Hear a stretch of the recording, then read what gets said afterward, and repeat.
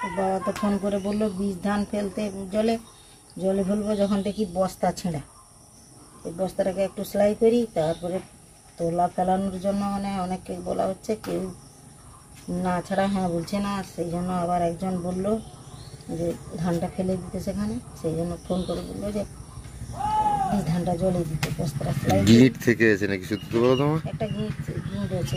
হ্যাঁ, এই জন্য আটকে আটকে যাচ্ছে।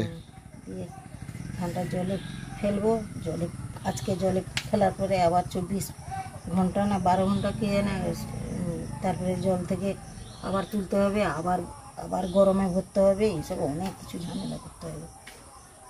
তারপরে আবার বিয়ান ফেলো, আবার সেগুলো পরিচর্যা করো, আবার সেখান থেকে আবার লেবার মজুর করে এখানে মানে জমিতে এনে বিয়ান ফেলতে হবে, সেখান থেকে রুয়া হবে, রুয়া থেকে চাষে প্রচুর খাটনি।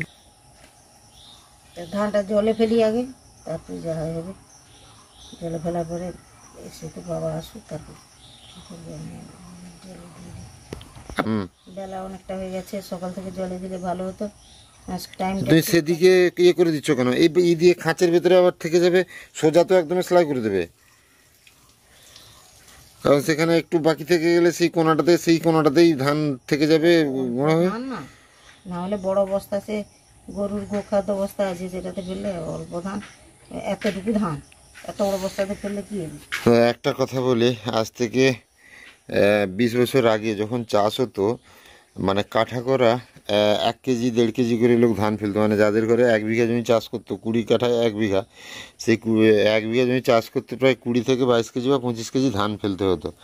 আজকের ডেটে এটা 1 বিঘা জমি চাষ করতে 6 কেজি ধানের প্যাকেজ হলেই হয়ে যায়। আমাদের ঘরে এটা 6 কেজি ধানের প্যাকেজ এনেছে বাবা, তুলে দেখলেই বোঝা যায়। আর ধানের নামটা দেখতে পাচ্ছ, MTU 729 স্পেশাল, 140 থেকে 145 দিনের ভেতরে এই ধানটা হয়ে যায়। এটাকে লাল স্বর্ণও বলে আমাদের ঘরোয়াভাবে। তো যাই হোক, এটাতে আমাদের ঘরে 8-9 কাঠার মতো চাষ করা হবে, তাতে 6 কেজি ধান এনেছে বাবা, কারণ লুজ পাওয়া যাচ্ছে না। কিন্তু বীজতলায় ভ্যান বেশি হয়ে যাবে, কারণ এত ভ্যানের প্রয়োজন হবে না, ভ্যান যদি ঠিকঠাক থাকে। তারপরে আমাদের ঘরে যে জমিটা চাষ করা হয় সেটা প্রচুর গভীর জমি। হ্যাঁ হ্যাঁ, গভীর জমি না, 50টা জমি, খাই বেশি, তাতে মানে ভ্যান প্রচুর লাগে আর কি, বেশি পরিমাণে। তো তার জন্য জমিটাতে ধান চাষ করলে সেটাতে বিয়ন খাই কম, মানে 1-2 করে গোছে দিয়ে রুইলে তাতেই ওটাতে মানে ঝাড় হয়ে যায় পুরো। কিন্তু এটা অনেকটা পরিমাণ দিতে হয় গোছে, কারণ গভীর বলে, কারণ নতুনভাবে টিলার ছাড়তে পারে না, যেই টিলারগুলোই থাকবে ওইগুলোই থেকে যায় আর কি। যাই হোক, এ হচ্ছে প্রসেস। আর সত্যি যখন চালটা আমরা বসে চাল থেকে ভাত রান্না করে যখন টেবিলে বসে বা নিচে বসে খাই, তখন তখন না খুব সহজ মনে হয় যে ভাত খাচ্ছি। কিন্তু সেই ভাতের পেছনে একজন চাষির কতটা কষ্ট আছে, কতটা তাদের পরিবারের কতটা মেহনত আছে, সেটা একমাত্র যারা চাষবাস করেন তারাই জানে। কারণ এই ধান বাবা নিয়ে এসছেন, একে জলে ফেলা হবে, এর পেছনে 3-4 দিন লেগে থাকতে হবে, তবেই ধান থেকে অঙ্কুর বেরোবে।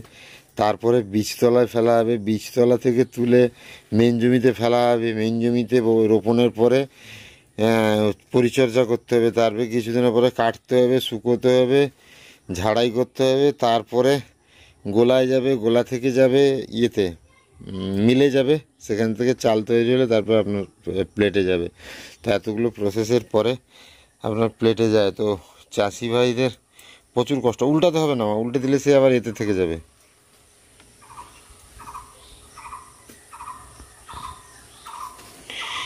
আমরা জলে ফেলতে হবে, এটা খুলতে হবে, এটা সেলাই সুন্দর আছে, টেনে দিলেই খুলে যাবে।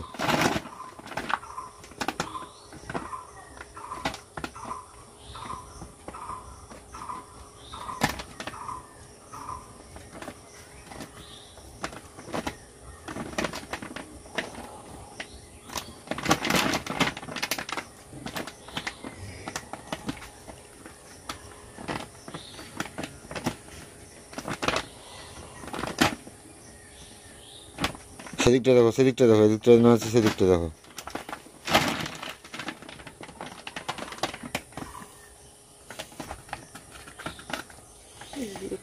ধার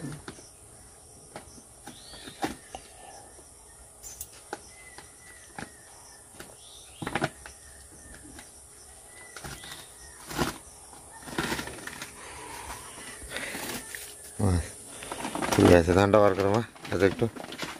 সরু ধান। হ্যাঁ, শূন্য লাল শূন্য, হাতটা উপরের দিকে তোলো। সরু ধানের মানে লাল সন্ন মোটা নয়, লম্বা টাইপের ধানটা, একটু সরু নয়, সরু নয়। সরু এই নয়, লম্বা। লাল সোনাটা বেটে হয়, এটা একটু বেটে নয়, লম্বা। একটু লম্বা গোছের। ভালো করে হাত মেরে বার করো। আগড়া তো প্রচুর আছে মনে হয় মা। হ্যাঁ, সেটা কি কালোটা বার করো, কি এটা দেখতেছে ধানটা, এটা না, আছে বীজ ওগুলা ধান। নেই সেরকম। আর নেই না, তো ফেলে ফেলে ফেলে দাও, জল ফেলে দাও। বাবা বলেছে আগে যে জল ফেলে দিতে, তাড়াতাড়ি দেরি করতে না। ফেলে দাও। না, ধান একটা ঠিক রেখে গেল এখানে। তুলো ধানটা। এই যে এই যে এই যে এই যে ছেঁড়া। এক একটা ধানের দাম অনেক। এগুলোর দাম 400 কত একটা টাকা, মানে 60 টাকা না 65 টাকা কিলো। বীজ ধান, বীজ ধান কোম্পানি থেকে বিক্রি করছে, তার জন্য দাম বেশি। আর তুমি ঘরের ধান বিক্রি করবে, দাম নেই। কোম্পানি যেগুলো বিক্রি করবে সেগুলো তারা দাম পুষে নিচ্ছে, অথচ চাষি যেগুলো বিক্রি করছে সেগুলোর দাম নেই। করতে পারবো তো? আচ্ছা, ভালো করে ব্যাগটা ঝাড়বে কিন্তু মা, ব্যাগে বিভিন্ন ধরবো। দাঁড়া দাঁড়া দাঁড়া, এদিকটা ফেরি। হ্যাঁ, যেগুলো পড়ছে তুলে না, পুকুরে ফেলবে তো মা। আর এদিকে একটা ধান পড়েছে, এদিকে বস্তার এদিকে, এখানে সেইখানে সেখানে হাতের কাছে ফেলে দাও। লুজ করে বাঁধবে, একটু পুরো টাইট করে বাঁধবে না। দড়ি নেবে? এটা দেবো না, এটা না, এটা দিয়ে বাঁধো।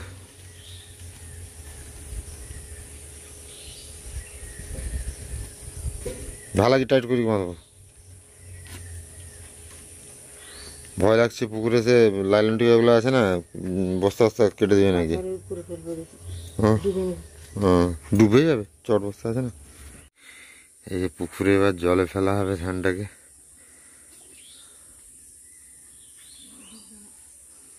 আরও নিচে দিতে হবে। হ্যাঁ, দাও, তাতে ডুবে না, ডুবলে তো হবে না।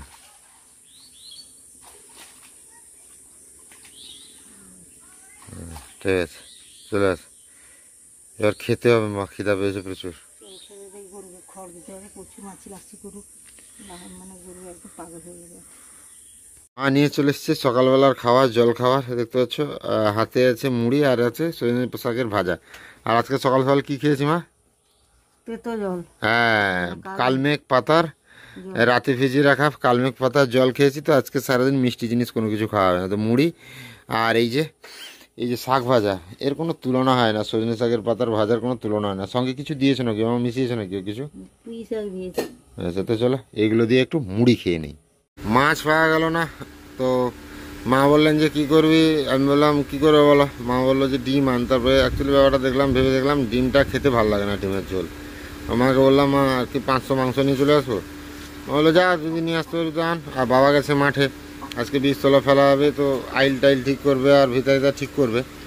তো চলে এসেছি অনুপের দোকানে, 500 গ্রাম মাংস নেবো। আর মাংসের দাম তো এখন আকাশ ছোঁয়া, কারণ 180 টাকা করে কাটা, তাও মানে চামড়া সমেত। আর এটা এক রাতে নিলে 220 টাকা বা 230 টাকা করে হবে, মানে খালপোষ মুরগি চামড়া ছাড়িয়ে যেটা করে। তো যাই হোক, মাংস একটু 500 গ্রাম নিয়ে বাড়ি যাই। তারপরে আজকে মা মোটামুটি একটা আমার জন্য স্পেশাল রান্না করছে। আর অ্যাকচুয়ালি আমার জন্য নয়, বাড়ির সবার জন্য। মদরঙ্কা বাটা হবে নাকি মা? মদরঙ্কার শাক যেটা মা তুলে এনেছেন, আর সেটাকে পেঁয়াজ দিয়ে ভাজা হচ্ছে। আর এই যে শুকনো লঙ্কার সঙ্গে আছে। বাদাম দিবে না মা? বাদাম ভাজা আছে। বাদাম ভাজা আছে তো। এই মদরঙ্কা বাটা যে একবার খেয়েছে সে বারবার খেতে চাইবে, ঠিক বলছি না বলো মা? খুব ভালো লাগে, কিন্তু সবাই হয়তো পায়নি খেতে। মদরঙ্কাটা পাওয়া যায় না, অ্যাভেলেবল হয়তো নেই। হ্যাঁ, শহরের দিকে পাওয়া যায় না। কিন্তু এটার বাটা যে একবার খাবে সে জীবনে ভুলতে পারবে না। আর একটু এর সঙ্গে দিচ্ছে কি জিরা, দেখতে পাচ্ছ, খুব কম তেল মশলা দিয়ে এটা জিরাটা খালি ভেজে নিচ্ছে মা, তেলটা অল্প পরিমাণ দিয়ে। কারণ জিরাটা দিলে স্বাদটা কি হয়, এনহ্যান্স হয়ে যায় না মা। আর কি রান্না করবে মা? আর মাংস হবে। মাংস রান্না করবে। মাংস ধুয়ে নিয়েছ? হ্যাঁ, মাংস দিয়ে। আজকে কিন্তু মা মাংস একদম গিঁট গিঁট দিয়েছি, বুঝেছো মা? তাকে আমি বলেছি আর একটু গিঁট গিঁট দেখে দেবে, তো বলছি ঠিক আছে সুবিধা, গিঁট গিঁট দেখে দিয়েছি। মাংসের দাম যেন আকাশ ছোঁয়া। হ্যাঁ, এই জন্য মুরগি ছিল যে বিক্রি করতে বলি যে দাম। 180 টাকা করে কেজি। হ্যাঁ, তাও এগরাতে ওটা 220 টাকা কেজি। আমার ঘরে যখন থাকে তখন দাম নেই। তখন দাম নেই, ঠিকই বলছো, ঘরে যখন থাকে। তো যাই হোক, মা এখানে রান্না বান্না করুক, আর এই যে মদন কাবাটা খাওয়ার সময় দেখবে এসেছিল। বাবা তোমার এতক্ষণ আসেনি? না, বাবা গেছেন মাঠে, আল কাটা হবে, কারণ ধান তো ভিজিয়ে দেওয়া হয়েছে। নাগল হয়ে গেছে বলছিল না মামা বাবা? নাগল হচ্ছে না, হবে না, কি বলবো একটা। না হলে যে, হবে মনে হয় আজকে, কেননা মানে ফিতা কাটার জন্য যখন গেছি। হ্যাঁ হ্যাঁ হ্যাঁ, তা আর একটা ব্যাপার কি, আমরা গ্রামের মানুষ সবাই বলে যে রথের চাকা মানে রথ টানার আগে ধান বা যে কোনো যে সবজি টবজি চাষ হয় ওইগুলো মানে বৃষ্টিকালীন যেগুলো হয় সেগুলো করে ফেলতে হয়, মানে কী বলে, অঙ্কুরের জন্য প্রস্তুতি করে নিতে হয়, নাহলে রথ পেরিয়ে গেলে নাকি মা ওগুলো গজা হয়নি নাকি মা? রথ চলে গেলে ভালো গজা হয়। অঙ্কুর হয় না, এটা একটা পূর্বপুরুষ থেকে বলে আসছে, তো তার জন্য রথের আগেই সবার ঘরে। হ্যাঁ, কোনটাকে? মানে চন্দনী না কি বলে যে সোমরা, হ্যাঁ ওটা ও রথের আগে মানে বুনাইতে। হ্যাঁ হ্যাঁ, মানে সব কিছু বলে যে রথের আগে ছাড়া রথ পেরিয়ে গেলে নাকি ওগুলো আর ঠিকভাবে অঙ্কুর হয় না, তার জন্য বেশিরভাগই সবার ঘরেই বীজতলা ফেলার কাজ প্রায় শুরু হয়ে গেছে। আমার ঘরেই একটু দেরি হয়ে গেল, সবার ঘরে বীজতলা ফেলা হয়ে গেছে। যাই হোক, মা এখন রান্না বান্না করুক, মায়ের হাতের একদম লাল লাল ঝোল হবে আজকে, একদম জমে যাবে দুপুরবেলা খাওয়া দাওয়া। তো আমাকে ভিডিও এডিটিংয়ের অনেক কাজ আছে, সব কিছু কাজগুলো কমপ্লিট করে ফেলি আমিও। ও গোপাল দাদু, আমার ঘরে মাছ নেই বলে কি মাংস আনলে তুমি এসে গেড়ে জাল পোকার মুদজন কি? হ্যাঁ হ্যাঁ, শ্বশুরা ঘরে ভেগ দেখা ওটা শ্বশুরা ঘরে জোর যার মল্লুক তার ভাবছো না কি গো? আমার সবজি তোমার মাছ কি করতে পারে, যত পারবা দিবা দেখি, লোক যত হিংসা করবে না আমি তত ইয়ে করি। সে করু, লোকের কথা, সে আরিসি সিনজার একটা গান আছে না, তোদের জ্বলবে তাতেই আমার চলবে। লোক সিলভার কাপগুলো বাড়েনি জানো তো। বালতি কে বালতিতে নেই। ও গোপাল দাদুর কত ফুট পানি বেছে গো? আমার 100 200 400 লিসে মোটর চালিতে হবে, মোটর বালি উঠে মোটর চালিতে হবে, বুঝতে পারলো তো? চালাও বা পাইপটা লিস পড়ো গোপালের জন্য, উঠকি লিস পড়ো দিনে একদম একদম মোটরটা ইয়ে করবে দু তিন, না না না, 2-3 দিন চালাইতে হবে, কি জানো তো দাদু, বালিটা যতদিন না উঠা বন্ধ হচ্ছে মোটরটা চালানো হচ্ছে না ঠিকঠাক, বুঝতে পারলে তো? মাছি মোটরটা পরিমাণ মতো চালানো হচ্ছে না, এই জন্য বালিটা বেরোচ্ছে আর কি। আর কি গোটা গোটা রুটি খাই বাস, আবার কি জল দিয়ে দে। তো এখন প্রায় অনেকটা লেবুটা আছি, রসালো লেবু, অনেকটাই বেলা হয়ে গেছে, আর মা নিয়ে এসছে খাও। এই যে মদরঙ্কা মাখা, এর একটা আলাদা টেস্ট। আর আজকে হয়েছে চিকেন, চিকেন তন্দুরি। চিকেন মানে তো একটা আলাদা ব্যাপার থাকবেই।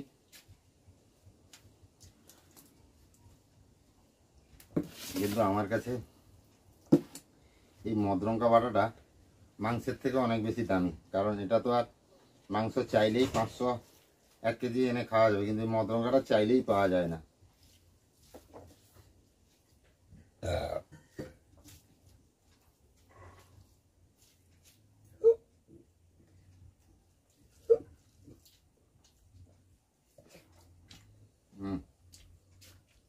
দারুণ।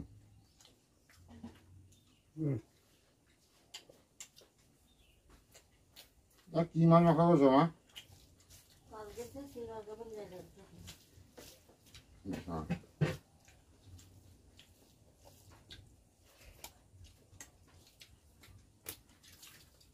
মদরঙ্কা বাটা, আহা হা,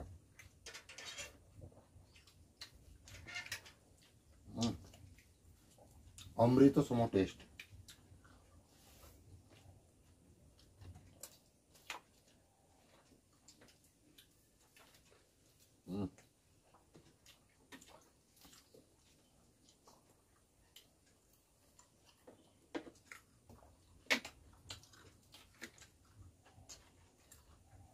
অসাধারণ অসাধারণ রান্না হয়েছে একটু মাছ মাখা খেতে গিয়ে দাঁতে ঢুকে গেল কাঁটা মদরঙ্কা বাটা লাল লাল মাংসের ঝোল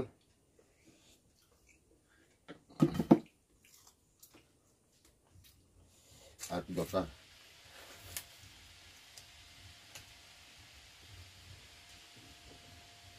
কি আওয়াজ চলবে বাবা ও না কাজ হচ্ছে কাটার মেশিন আওয়াজ তো যাই হোক খাওয়া দাওয়াটা হয়ে যাক তারপরে বিকেলে হয়তো এরা কেউ যদি এটা ভালো থাকে তো কী করা যায় দেখা যাক বিকেলবেলা মা একদম ঘরের গাছে পাকা আনারস কাটতে বসছে মা এটা কবে পেরেছিলে বা বাবা যাও ভেতরে যাও হ্যাঁ কাটতে কাটতে রস পড়ে যাচ্ছে মানে একদমই রসালো তো রসে টইটম্বুর একদম চোখগুলো ভালো করে কেটে বাদ দিয়ে তাহলে চোখগুলো কিটা চুলকায় নাকি বলে যে গলা গাছে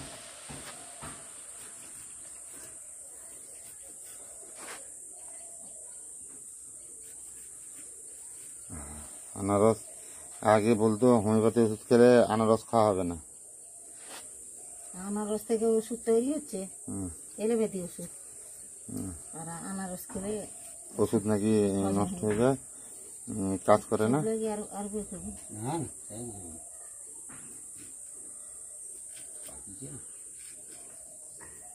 রস তো পড়ে এত ছোট কাটছো কেন আমার বড় বড় থাক যত ছোট কাটবে রসগুলো নষ্ট হয়ে যাবে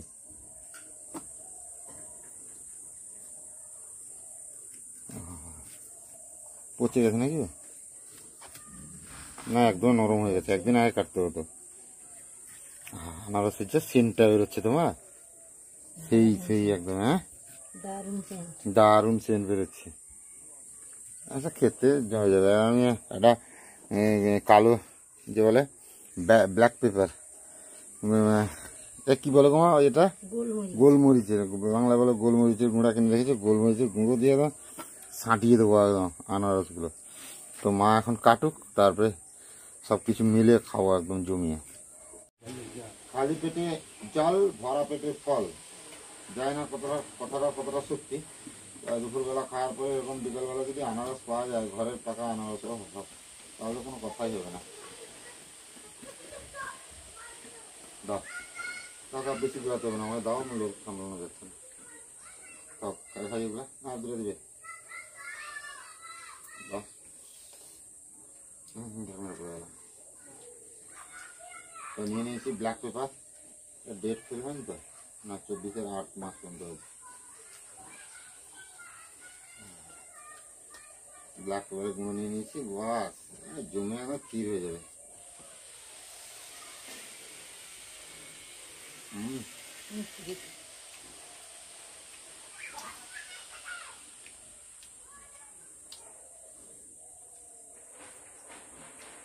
গোলমরিচটা দিয়ে আর ঝাল ঝাল ঝাল ঝাল লাগছে জমে গেছে বানানো নেই গোলমরিচ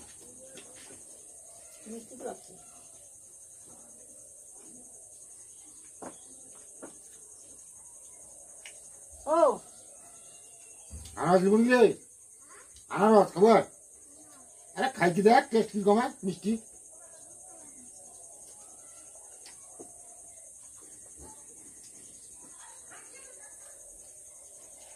পুরোটা কেটে ফেলো পুরোটা কেটে ফেলো খেয়ে নেবো